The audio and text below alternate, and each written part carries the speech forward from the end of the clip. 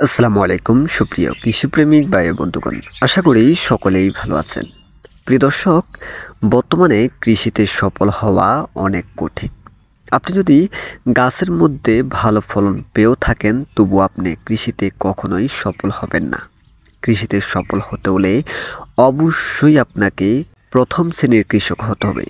দেখেন, এখানে প্রায় 800 পিস টমেটো গাছ লাগিয়েছি, আর প্রত্যেকটি গাছেই 8 থেকে 10 কেজির উপরে এখন বর্তমানে ফলন রয়েছে। তো এগুলো এখন যদি বিক্রির কথা বলি, দেখেন 5 থেকে 6 টাকার উপরে এখন টমেটো বিক্রি হচ্ছে না। তো এভাবে যদি আমরা কৃষিকাজ করে থাকি, তাহলে কৃষিতে আমরা কখনোই সফল হব না। দীর্ঘদিন এই টমেটো গাছগুলোর পিছনে অনেক পরিশ্রম করেছি। দীর্ঘদিন পরিশ্রম করার পরেই কিন্তু এই গাছগুলোতে এত পরিমাণে ফলন ধরিয়েছি। তো কি জাত দিয়েছি, কিভাবে করেছি, অনেকবার আপনাদের সাথে আলোচনা করেছি। তো এখানে যে জাতটা দেওয়া হয়েছে, এটা হলো সিনজেন্টা কোম্পানির সফল।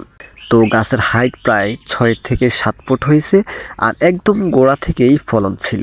দুঃখজনক ব্যাপার হলো, এত কষ্ট করার পরেও কিন্তু এগুলো এখন বিক্রি হচ্ছে না। আমি যদি বলি, দেখেন এগুলো এখন তুলে যদি আমি বিক্রি করি, তাহলে কেজি যদি 5 টাকা করে হয়, তাহলে আপনার মন হয়তো 200 টাকা। তো এইভাবে যদি আমরা বিক্রি করে থাকি, তাহলে কখনোই আমরা কৃষিতে সফল হতে পারবো না। আরেকজন শ্রমিকের দাম হচ্ছে 600 টাকা, তাহলে 3 মণ বিক্রি করার পরেই কিন্তু একজন শ্রমিকের দাম হবে। দেখেন, একটি জমি সম্পূর্ণভাবে সুস্থ রেখে ভালো ফলন পেতে হলে অনেক পরিশ্রম করতে হয়, অনেক ওষুধ, তারপরে অনেক কিছু মেনটেন করতে হয়। তারপরেই কিন্তু আমরা সেই গাছগুলোতে ভালো ফলন পাই। দিন শেষে যখন ওই ফসলটার ভালো দাম না পাই, তখন আমাদের মনটা একদম খারাপ হয়ে যায়। নতুন করে সবজি চাষের তেমন আগ্রহ পাই না। সত্যি কথা বলতে, এই বছর সবজির এত দাম কম হবে সেটা কখনোই আমি কল্পনা করিনি।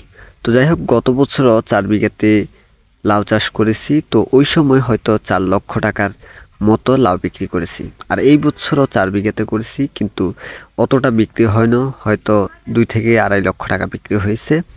তো টমেটোর কথা বললে, টমেটোতে লস হয়নি, কারণটা হচ্ছে এই টমেটোর নিচে সাথী ফসল হিসাবে অন্য সবজিও চাষ করা হয়েছিল। তো যাই হোক, সবাই ভালো থাকবেন, সুস্থ থাকবেন। খোদা হাফেজ।